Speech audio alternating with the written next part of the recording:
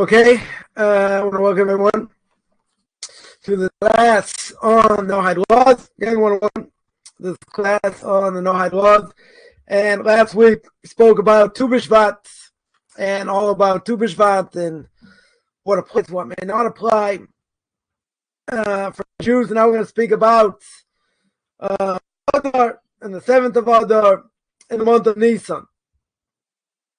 So the next month after Shvat is going to be Adar, and the only holiday in Adar is Purim, right? Is Purim, which everyone agrees, everyone agrees is a rabbinic holiday, and it's God's name not written in the entire book of Esther, even though if you go through the book of Esther, you see every event is significant, and you can't have the miracle without all the events, right? So the reality is, even if God's name's not mentioned, God's there, right? God's there all the time behind the scenes, because again, it's a time of Esther, but Hester Punim. The fact that God's presence is hidden, and its hiddenness within hiddenness, because the last known miracle that we know about is the miracle of Hanukkah, right? So Purim, even though it's an unbelievable miracle how the Jews were saved, nonetheless, God's name is omniscient, and we commemorate the victory of the Jews over their Persian oppressors. Again, like Hanukkah doesn't seem to have any significance to Noahides, doesn't apply, right? Really shouldn't apply to Noahides over here. But there are other days, not as well known as Purim, that are significant. So, some people will say, well, if it's not significant, let's make it significant, right? In other words, let's add off to it that really is not there. But we don't do that. That's called, as we mentioned before, in the name of the Rambam, that's called Chidush Emas. That's making up a new religion. So when you make up a new religion, that's what it is. And that's forbidden. So now we're going to look at the month of Nisan, holiday Passover. So one significant thing in Adar, besides Purim, 7th of Adar. Now what's the 7th of Adar? What does it commemorate? Commemorates the death and the birth of Moshe Rabbeinu. Now, there are no commemorations for this day, but there are some customs that have come up, even though they're not normally observed. Some have the custom to fast on the 7th day of Adar and recite a special prayer. This is common. We don't fast unless there's absolute, obligation. Like today, Jews around the world are fasting on the 17th of Tammuz. We'll speak about. We'll get there. It's the beginning of the breach of the walls of the temple, and commemorates with, you get the 3 weeks, the 9 days, and the fast of the 9th of Av, which commemorates the destruction of the temple. First temple, second temple, and Terumos that happened on that day as well. So that's another 3 weeks, or so. But there are only 4 minor fasts. There's the fast right after Rosh Hashanah, the fast of Gedalia, 10th of Teves, which we mentioned, the fast of Esther, 13th of Adar, and 17th of Tammuz. Those are all minor fast days, meaning it's a sun up to sundown fast day. The 2 major fast days are Kippur and the 9th of Av, and the fast of the 9th of Av. Now, there are some people, and I've heard this a number of times, a person, let's say, is in dire straits. So what do they say? I'm going to pray and fast. We don't fast normally. People are very weak, very weak generation, cream puff, or what we would say a tissue generation. We're not as strong as we used to be. No question about that. So we don't fast, right? Something we don't do. We don't normally do. So why do I mention all this? Because here we mentioned that some have the custom to fast on the 17th of Adar. We don't do that. I mean, I don't know anybody who does. But we don't fast. We don't fast unless you're obligated to fast. So we have 4 fast days. 4 minor fast days, 2 major fast days, i.e. Yom Kippur and fast the 9th of Av. There are some who light a yortzeit, a memorial candle, in memory of Moshe Rabbeinu. Again, I don't know if so many people do that either, but there is such a custom. Many communities, the Chevra Kadisha, known as Jewish Burial Societies, hold their annual meetings on the 7th of Adar. So for Noahides, Moshe Rabbeinu definitely a significant figure, no question, in transmission of the Noahide laws. Certainly an obligation to acknowledge his role, which we mentioned, right, a number of times. So that would be a good time, right? That would be a good time to do the 7th of Adar. Now again, as we mentioned, fasting is discouraged unless you have an absolutely compelling reason to do so. But a person could, if they wanted to, they can recite prayer for the 7th of Adar. Also light a 24-hour memorial candle, person could do. Right, nothing wrong with that in memory of Rabbeinu. And in the Hebrew leap year, right, there's an extra month of Adar. 7th of Adar is usually commemorated in the second month of Adar. Now, why do we have an extra month? We have an extra month because, according to a lunar calendar, by a lunar calendar, there's an 11.5 day difference between a lunar calendar and a solar calendar. So basically means if you don't make an adjustment, if you don't make some adjustment, then the holidays won't fall in the right time. Meaning the holiday of Passover has to fall in the spring, as the Torah tells. The holiday of Sukkot has to be in the fall. Right now, the holiday of Sukkot, most places, when it comes out, let's say it comes out, can come out the end of September or the latest middle of October. I think this year it's going to come out around the middle of October. So it can be quite cold. I know, some people told me, some people told me that on Sukkot they went into, Sukkot with snowing. There's snow, right? In some places it can be very cold. Definitely can be very cold. So why is a person going into the Sukkah to show that they're doing it for the sake of the mitzvah? Because no one in their right mind, with the northern hemisphere, is going to go into a Sukkah when it's cold, right? If it's warm, because we're being in the summer, it'll make more sense, right? Why are you going into the Sukkah for shade, right? That would make more sense. But why are we going into the Sukkah in the winter? Sorry, in the fall. To show we're doing it for the sake of the mitzvah, no other reason. Someone's going to say, well, in certain places, let's say Israel, maybe some other places, it's still warm, right? It's still relatively warm. It doesn't matter, right? You're still going into the Sukkah, it has to be in the fall. Now, if you don't make adjustments, then Sukkot will fall in the wrong time. Passover will fall in the wrong time.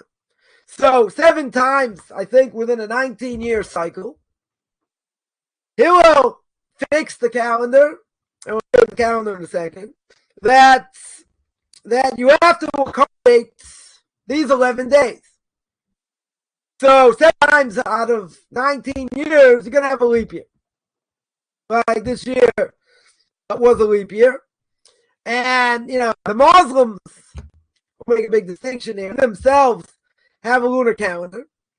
So Ramadan, for them, can fall winter, spring, summer, fall.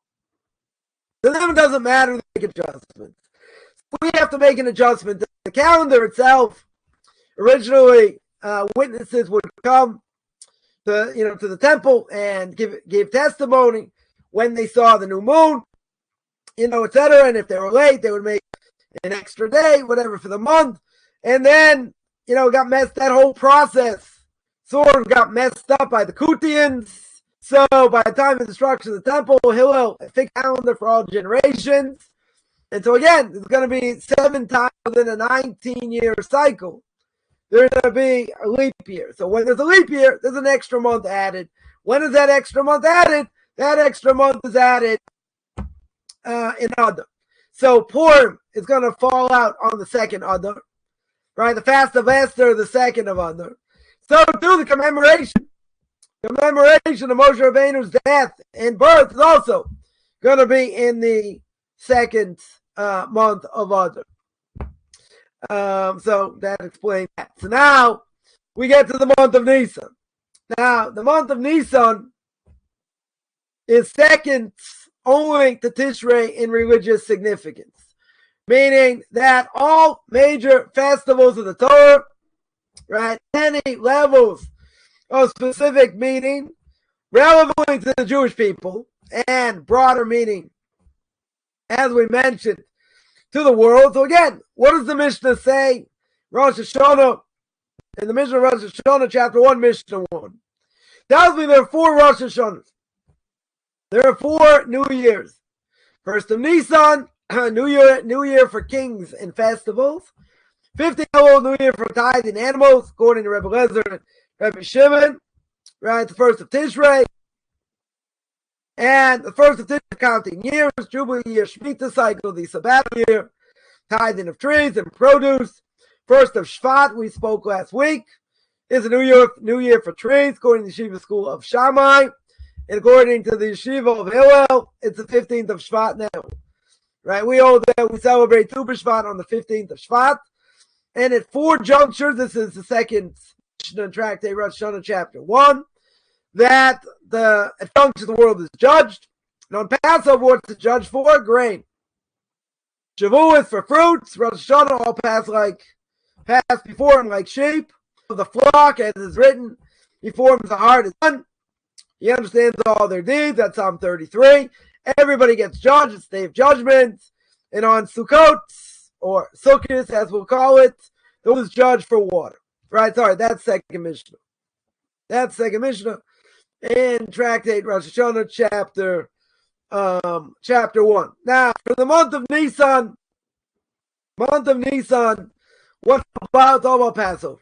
It's all about the freedom of the Jewish people from Egypt, but it's got 2 meanings, right? There are 2 universal meanings here. One is first of Nisan, Rosh Hashanah for kings and festivals, right, which we'll explain. In the 15th of Nisan, the world is judged, which is Passover, by the way. The world is judged upon the abundance of grain, right? So now, let's see the spins here.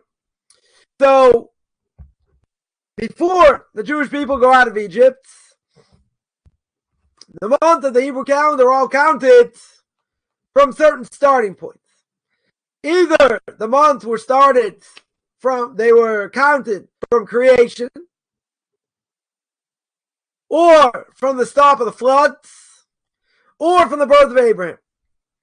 Comes on the Exodus from Egypt. What does God command? God commands the Jewish people count months. As it says in Exodus chapter 12, verse 1 and 2, the Lord spoke unto Moshe and Aaron in the land of Egypt, saying, this month shall be unto you the beginning of months. It shall be the first month of the year. 2 years. So it's talking about counting the months. Now Rashi at the very beginning of the book of Genesis asks the question, why does the Torah start out with creation? Why does it start with creation of the world? Why does the Torah not start out with the first mitzvah? What's the first mitzvah? First mitzvah is this mitzvah, counting the months. Right? Exodus chapter 12. So one answer given is the fact that non-Jews can't complain that, if they get thrown out of the land, the land that's for the sake of the Jewish people, that if they do get thrown out of the land, if they do get thrown out of the land, they have no complaint. Why? Because God created the heaven and the earth. Right? God started with creation. The Torah started with creation, so they got no complaints. But if I was a non-Jew and I was one of those nations, I'd say, hey, that's not fair. That's not fair. The land was ours. We were there first. Right? Now, what would be the answer? What would be the simple answer? Might makes right. Okay. You think the land belongs to you? Very good. You come take it away from us. Right? If we don't deserve the land, as it says at the end of the book of Leviticus, right? Coffman's language, chump don't want it, chump don't get it. Meaning God can throw out the Jewish people if we don't do what we're supposed to do. Okay, but eventually the land's going to be ours. And the fact that we're in the land now, no shortage of miracles here. The fact the Jewish people have been here, it's interesting. I saw someone earlier, put up a post, the Arabs complaining, this land belongs to them, etc. And meanwhile, you see 22 lands around them, surrounding the Jewish people that the Arabs have. All these different lands in there, they're upset about one small piece of land, basically the size of the state of New Jersey. Right? It doesn't make a whole lot of sense. Right? Nonetheless, pretty miraculous that the Jews are here, but there is a medrash. There is a medrash, the book of Psalms, that says, in the end of days, Jews aren't going to be here. Jews are not going to be in the land. Jews are going to be in the desert. And the Messiah is going to bring the Jews in.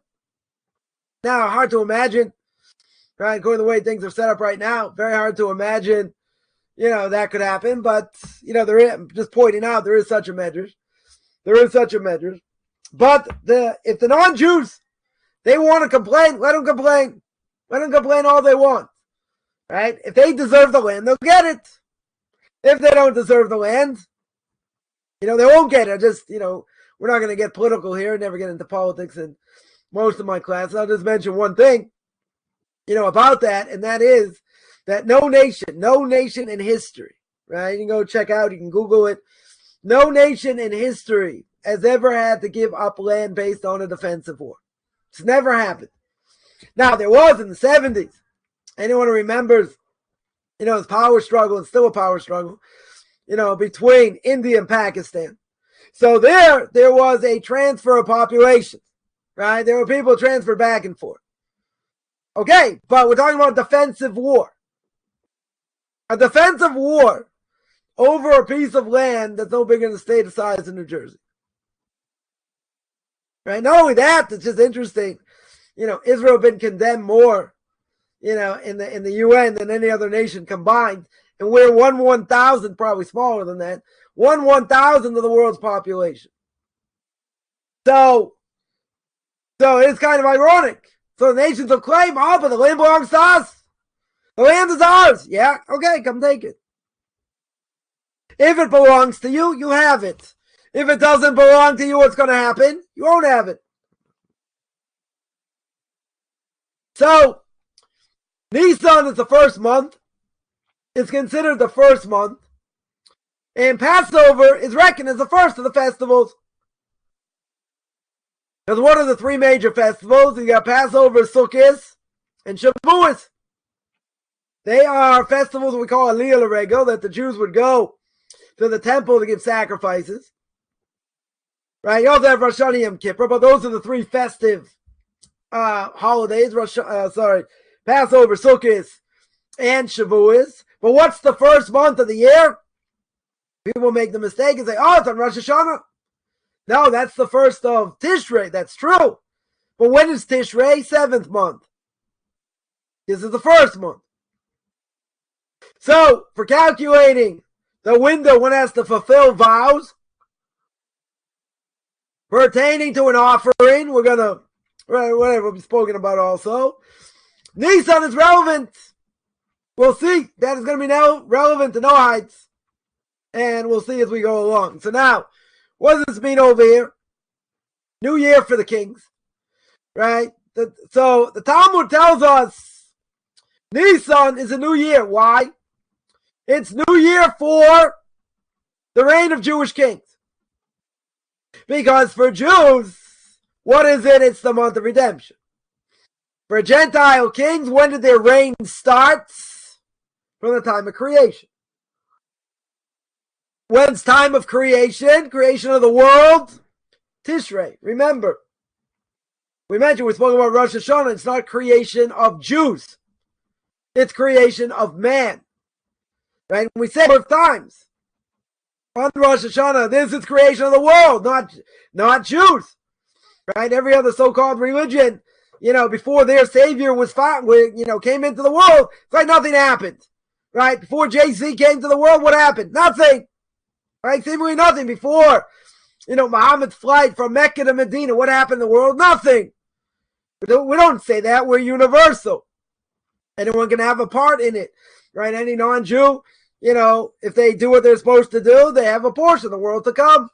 So we're not saying it's just for us. So the status of Tishrei's Rosh Hashanah for kings, what's it relevant to? It's relevant to us. Right? It's relevant to Jews. But Rosh Hashanah for festivals could be relevant to Noahides as well. It comes along the 15th of Nisan. It's Passover for the Jews, right? We're at home drinking 4 cups of wine, eating all the matzah, etc. The rest of the world, they have judgment for what? For grain. So God determines which nations will prosper, which are going to have famine, who's going to have sustenance, etc. That's what we pray for. We also pray for dew, and that is that the rains that fall after the 15th of Nisan damage grain harvest. Right? So, getting rain here after Passover will destroy harvest. Now, it could rain. Let's say a time when it could rain, so that's not a curse. Right? It could rain. In theory. In April, it could. When it's only considered a curse. Right? If it only rains, it's not considered a curse over here.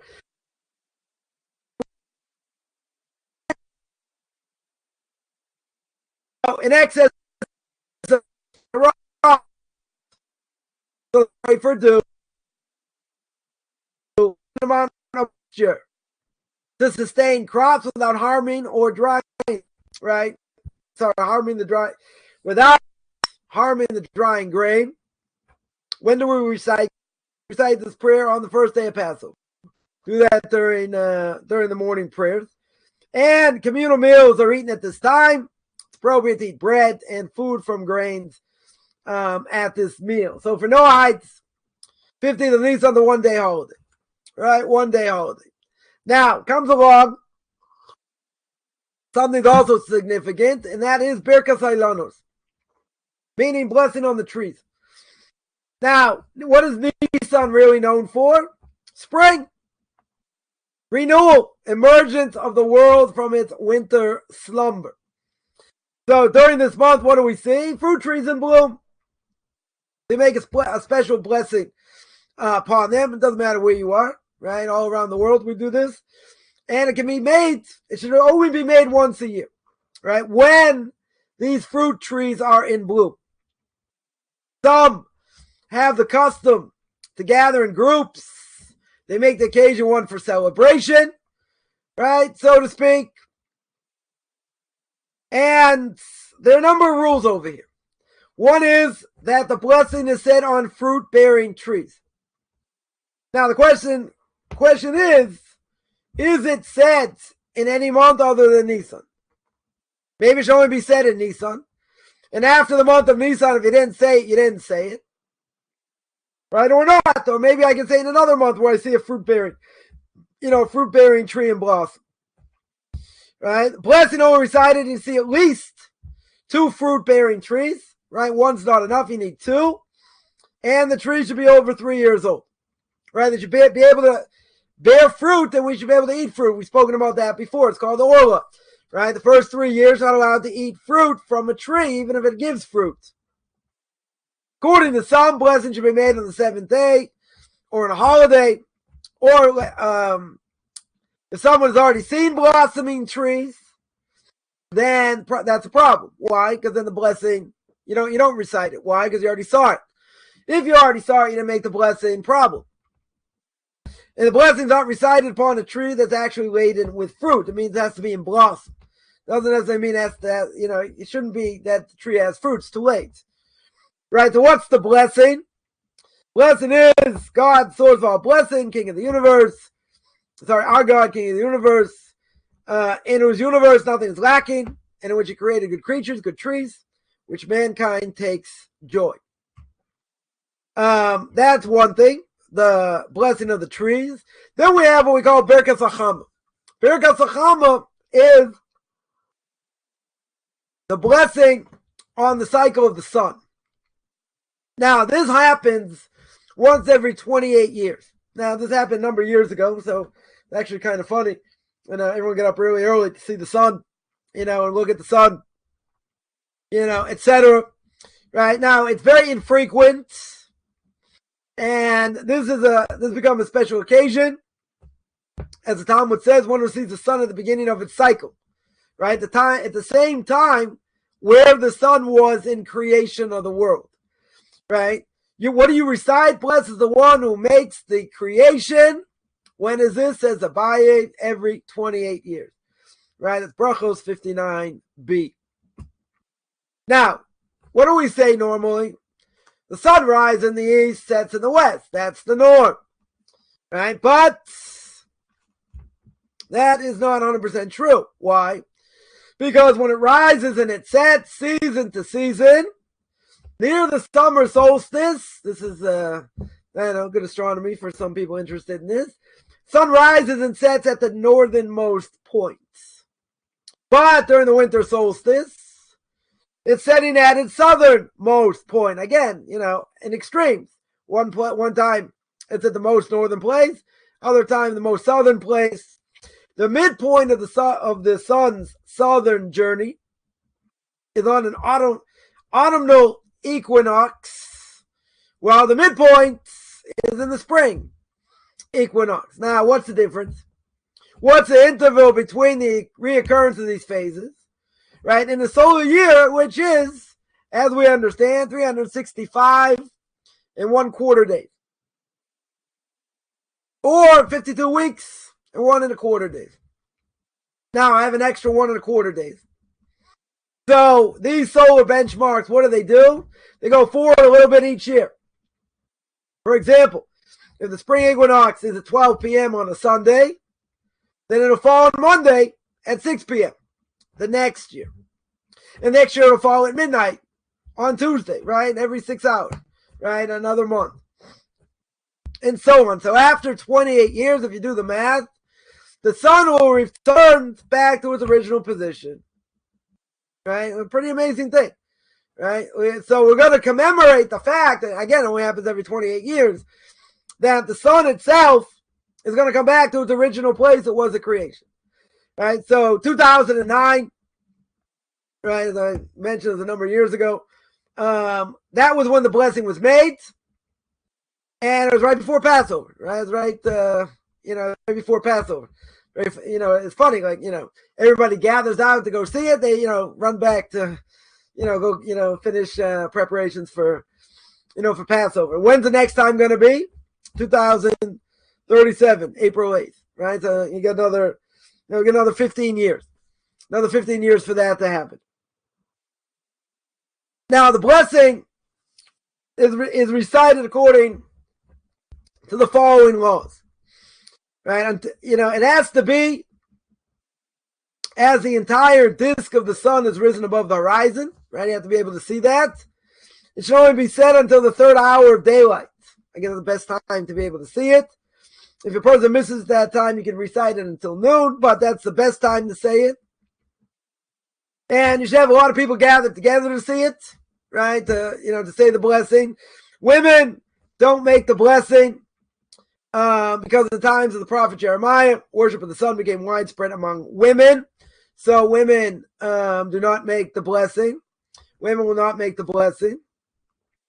And it's customary for the congregation to assemble before sunrise for their prayers so they can have ample time afterwards to make the blessing, right? So, we'll pray, as the sun comes up, and then, everyone will rush to go make the blessing over the sun. And what's the blessing over the sun? Blessed are you or God, the source of all blessing, Lord our God, who makes the work of creation. So this was first time I ever did it was, I guess, in 2009. It's just unbelievable. You just see, thousands of people. Well, it depends where you live, obviously, but I live a lot of people here. So, you see like, a good part of the community coming out, in different places, in order to make, the blessing over the sun. But, if you think about it, it's a pretty amazing thing. You go through the math and all that. Then you get 28 every 28 years, the sun is at the exact same place it was at creation. Mind-boggling, right? And a mind-boggling thing, if you think about it. So anyway, whatever, it worked out, the numbers, and how it works. So yeah, so any questions on that, about the 7th of Adar, month of Nisan, Rosh Hashanah for the kings, judgment for grain, blessing of the trees, or blessing the cycle of the sun. Any questions on any of that?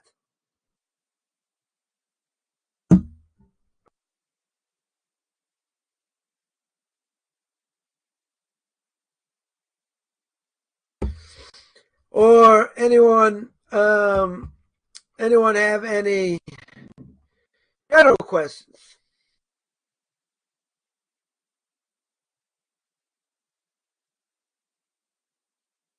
Okay, guys, let me get off easy here. So, all right, if there are no other, if there are no questions, I guess we'll continue.